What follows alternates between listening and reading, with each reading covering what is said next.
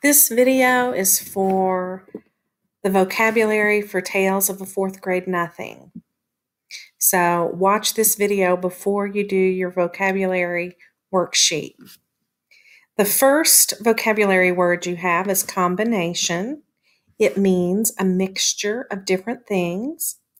For example, my favorite kind of trail mix is a combination of nuts, raisins, and M&Ms.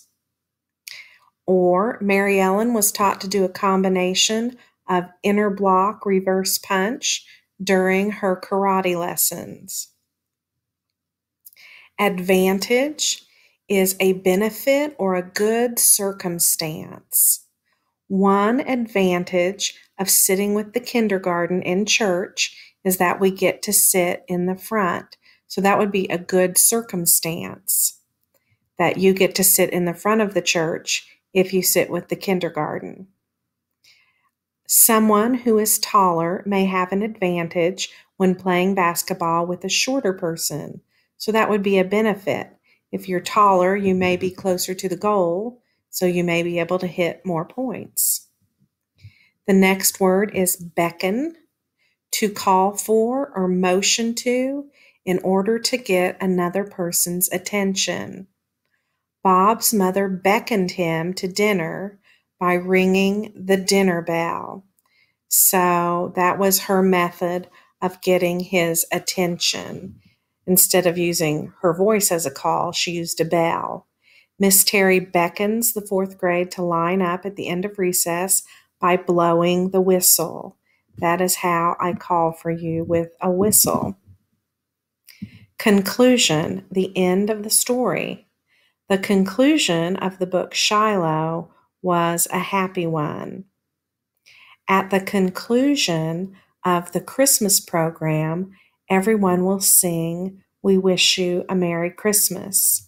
So that's not necessarily the end of the story, but it is the end of the program.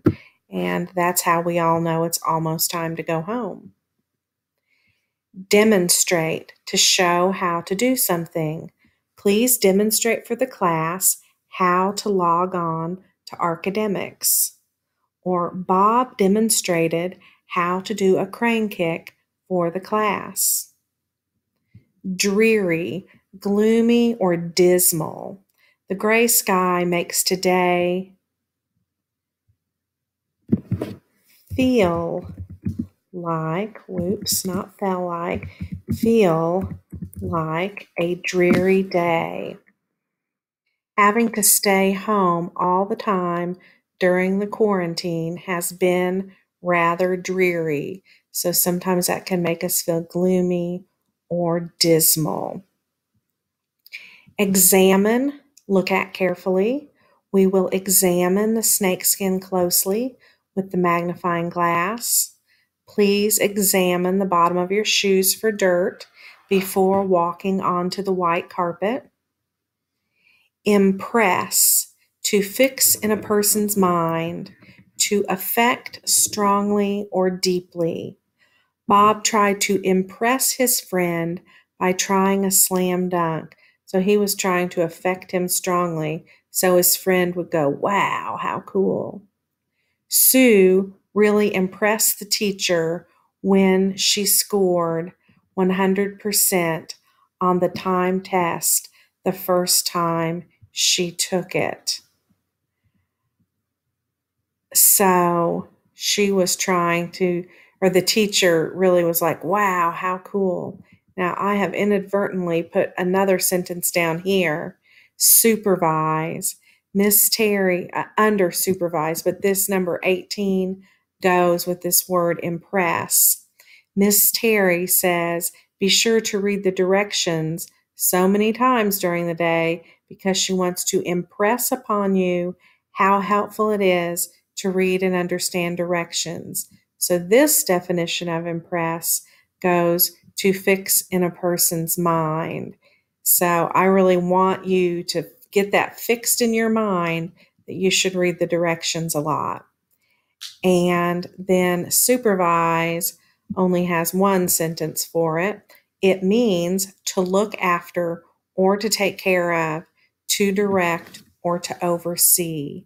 Mrs. Boone will supervise you on the playground today. Another example, and I'm going to type that one in right here.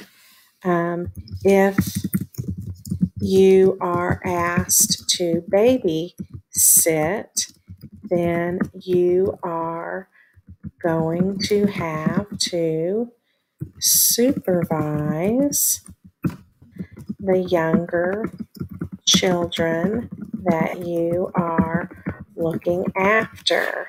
So supervise means to look after. If you work at a place and you have a supervisor, they are somebody who looks after your work and tries to make sure that you do a good job and that you follow the rules. So I'm going to move this sentence up here. So it goes with that one. All right. So these are your vocabulary words. Feel free to go back and look at these sentences to help you. Don't copy these sentences exactly onto your vocabulary study guide, but you can use them to help you out. And be sure that you remember that when you're writing a sentence, you actually have to put this word into the sentence. So you can add suffixes if you need to, but you have to put this word in there and not just the definition.